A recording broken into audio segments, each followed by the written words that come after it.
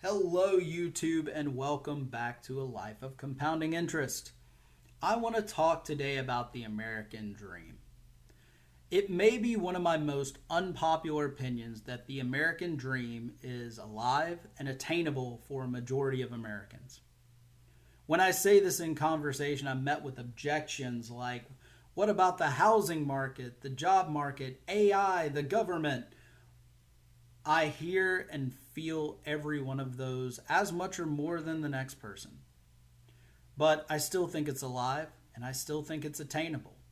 And I want to go through some of the numbers that really frame that opinion. Before we go further, though, if this is your first time joining us, here we like to talk to the average person about the things that affect them the most. We talk a lot about finances, relationships, and I just simply want to help people better define and execute towards a good life.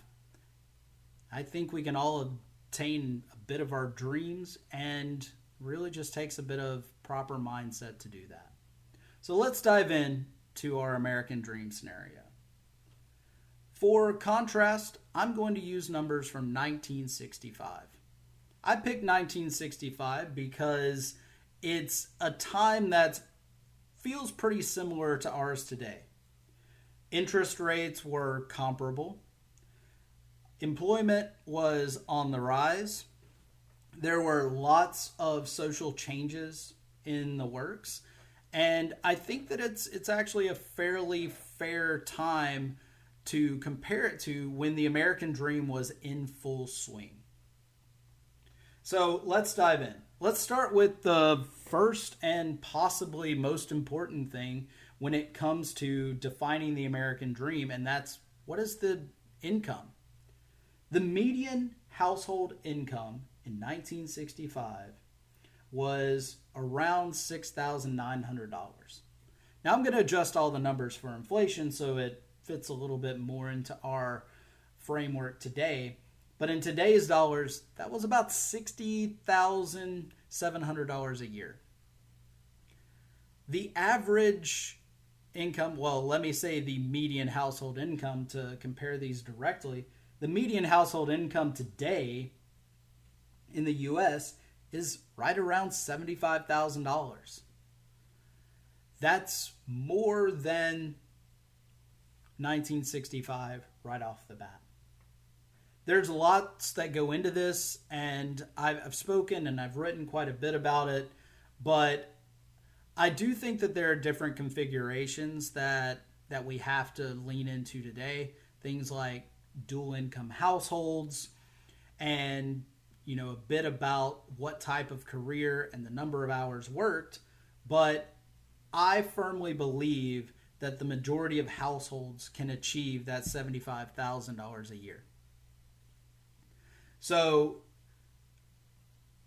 taking that into consideration, we're operating with $75,000 of household income in 2025 and a little over $60,000 in 1965.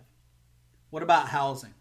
Housing is the first thing that we go to when we think of the American dream. When we think of the American dream, we're not thinking about how much salary we're making. We're thinking about the things that we can have with the work that we're putting in. So, housing in 1965, you were likely going to face the average house price of $21,500. That comes out to $205,000 in today's money. That's a 30-year mortgage payment with a respectable down payment, but that mortgage payment comes in at $1,200 a month. Today, the average house price in the U.S. is $390,000. That's significantly higher. That's a mortgage payment of $2,300 a month. But if we go one standard deviation below that, we come up with $240,000 a year. That's a mortgage payment of around $1,400. And why is one standard deviation here important? I think it's important because that falls into the average house price of most of the Midwest and Southeast. It falls into the average house price in many areas outside prominent cities and real estate markets. It actually better represents normal housing. 300 to 500 and a million above, that is a different level of real estate than I believe the average is. And houses can be obtained for $240,000. But let's talk for a second about the details around this difference. And this I don't hear enough about. The average square footage of a house in 1965 was between 1,300 and 1,500 square feet. It was typically 3 bedrooms and 1 or 2 bathrooms. Today, the average size of a house is between 2,400 and 2,600 square feet. That is a humongous difference. In some cases, we can be talking about twice the square footage. No wonder housing is increasing because our houses are getting bigger. Those houses that I was referencing in the $240,000 range, many times they're going to be your 3-bedroom, 2-bath houses. But that's how people lived until recently. Many people's parents today lived in those 3-2 style houses. The majority of Americans lived in a house with 3 bedrooms and 1 or 2 bathrooms, regardless of if they had no kids or 5 kids. So we have a large amount of inflation, not just on the market and the pricing, but we have an inflation on the base need. We are now saying that we need a 4 or 5 bedroom house with 2 baths because why? If we break this down though into what I think is a more accurate representation of housing cost is the cost per square foot. In 1965, the cost per square foot was around, 45. Today it's 168. That's not far off. We're talking $20 difference per square foot. And while, yes, that can add up if your house is 2,000 square feet, I don't think that it deserves the amount of alarm that it's gotten as far as price increase. The real difference is size. Okay, so what does that actually come out to? Now, if you're living on a $75,000 income and you can get that house for the $240 range, it might be smaller, not as luxurious as you might like, and are comparing to with that $300,000+ house. But that $240,000 house is going to be roughly 30% of your income coming in at $1,400. That is really close to 1965. More, yes, but very close. All right, let's talk about the next piece here. Transportation. Today, the average car payment, if you look at various studies, are going to be between $500 and $700 per month. That comes out to a car that costs roughly $45,000 to $65,000. All the interest and insurance and everything else that goes along with that. It doesn't have to be this way. In 1965, the average car cost around $2,000. And in today's money, that came out to roughly $18,000 to $20,000. An economy car today, you can buy certain Nissans, Toyotas, Kias, Hyundais. You can get these between $20,000 and $25,000. And honestly, the interest today is significantly cheaper than interest was then on car loans, if people even took out a car loan. But the other thing in our favor is fuel economy is significantly better. Any of these cars in this range are going to get twice the miles per gallon as cars in 1965. Gas is actually, it might be a little higher, but it's still relatively comparable to prices in 1965. And in fact, there were times in the 60s that they were higher adjusted for inflation than they are today. So again, we're not talking about a difference in the base pricing. We're talking about the extra cost associated with more options, better things, more expensive things. There is nothing wrong with driving a base model, very uneventful car. It's average. It's affordable. The insurance is going to be a little cheaper. The engine and transmission are not going to be configured for performance, so you will likely drive less fast and less aggressively, leading to less accidents and lower insurance costs as well, lower gas pricing, and if something happens, replacement cost is more attainable. I'm a huge advocate for taking a lower cost vehicle in today's market. After COVID-19, when all the prices spiked up, it was due to a lot of inventory issues, and prices are probably not going to come back down. Not any meaningful amount. So, again, let's think more about what was life like when this American dream was supposedly so alive versus today. No one needs a $50,000 car. Even if everyone needs a car, it doesn't have to be a $50,000 car. So with those numbers, if you buy those cars that are roughly $22,000, you're probably looking at about a $350 car payment if you don't put much down at all. Everyone should be putting more down on their cars, even if you have to get a car loan. I'm not going to go Dave Ramsey on anyone and say you should pay for your car in cash. No, you probably have to have a car payment, and there's a lot of economical reasons that save you money over time by taking out a car loan to buy a newer car.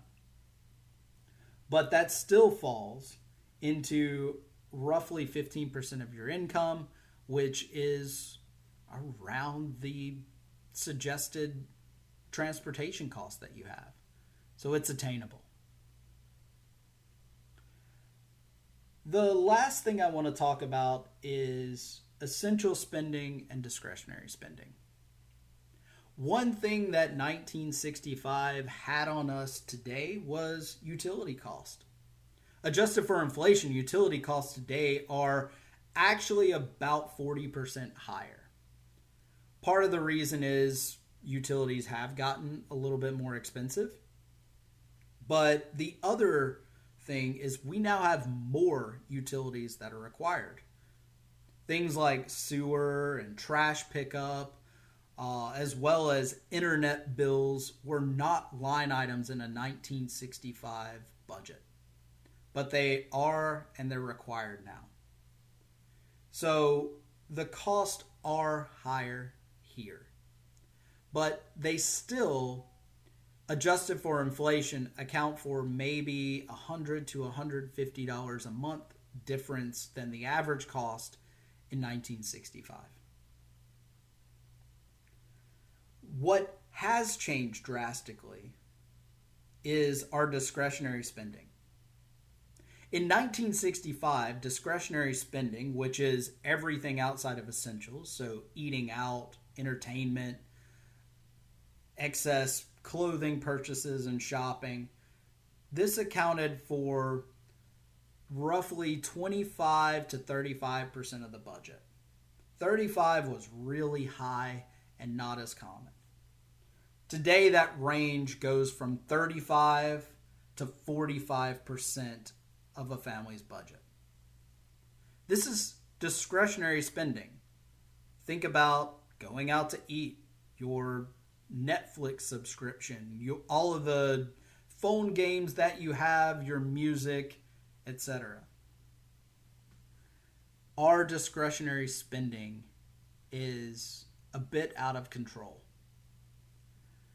It comes along with this idea that we need more, we need nicer, there's more options, there's more things to buy now than there was in 1965.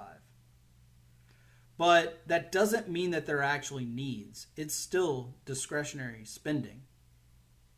So I think one place that the modern family can cut back on is what we're buying outside of the necessities. Now, I'm not immune to this. I've got my own hobbies that take up discretionary spending. I'm prone to eating out on a regular basis, and sometimes it might be a little nicer. I'm not saying that my discretionary spending is 40%. It's probably closer to the 25 to 30% mark. But it still allows me to have the things that I want and need. And keeping it closer to 25 to 30% gives me the ability to say no. Sorry, that's not my budget. I'm not going to go out and party or go to that fancy dinner or buy that expensive item. Discretionary spending is very important. I really want to hone in on this one fact of 1965 versus today. In 1965, we had a collective memory of what hard times were. People that were alive in 1965 would have had parents and definitely grandparents that lived through eras like the Great Depression. They knew life before, during, and after. They lived through world wars where rations were part of life, when the workforce changed drastically. And I don't know that we have that anymore. The people that we have to reference, the majority of them, were raised during the era of 1965, when the American dream was alive and well and attainable for a very large chunk of the population. And losing that sort of collective memory and seeing frugality through example has hurt our mindset when it comes to the American dream in almost an irreparable way. When I'm talking about maybe taking a house that's 1,500 square feet and living in it for the majority of your life, simultaneously, while I'm telling you to drive a less than luxury car and that you shouldn't be spending 40% of your income on discretionary spending, exercising frugality is not something that people can really conceptualize and see an example. It normally comes in the form of, you shouldn't be buying lattes, you should be saving for retirement. These are conversations that are really kind of useless. It's, if you choose to go out to eat, are you looking at the highest dollar item or the lowest dollar item? Are you ordering the overpriced drink? Are you opting for leather heated seats versus cloth seats?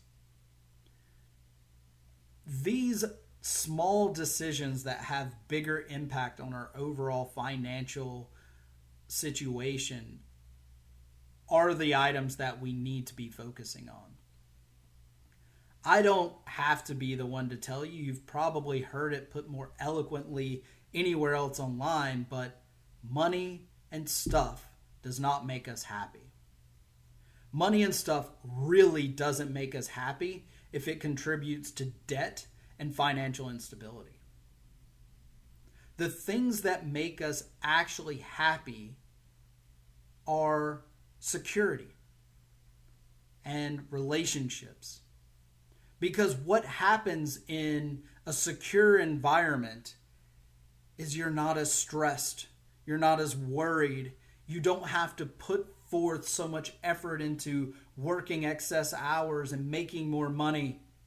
You can focus on the things that actually matter, like your relationships, your connections, and experiencing life without having to spend money on it. Life itself is free. A reasonable life costs some money, but it really just costs participation. You have to participate in the workforce. You have to offer value to society and the economy. But you have to be a good steward of the money that you receive. So I hope that this gives you a little bit of just food for thought. And I hope it gives you a different frame of mind of what the American dream is, because the American dream for the average person is attainable. It just doesn't look like the American dream for the upper 20%. We all are average after all. And I'm a firm believer in the idea that the average has to work for the majority of the population. Because if the average can't work, then everything falls apart. So please think about your finances, think about your luxuries, your discretionary spending, how you think about the housing market, and let me know your thoughts. Am I just way off base in this? No, I didn't include things like college and education and childcare expenses because I think some of that comes out in the wash. And I also think that those are temporary decisions. And I think that they fall closer to the discretionary income than the essential income. But let me know. Maybe I'm just way off. If you like what you heard today, or I did inspire you at all, or even just made you think, please like and subscribe these videos. I'm trying to get a little bit of bandwidth. Obviously, I don't edit these videos at all. I put them up as I speak through them. I use it as much as therapy as I do to help inspire others. So like, subscribe, and check us out in other places. I just wrote a book. It's a short fiction piece about finding life, meaning, and love in captivity. It's called The Wheel Is, and it's available now on Amazon. I'll put a link below. If you want to support, I'm not asking for a buy me a coffee or anything else, but maybe buy a book and read, because I think that helps us all just a little bit. We do hope to see you next time, and until then, live well.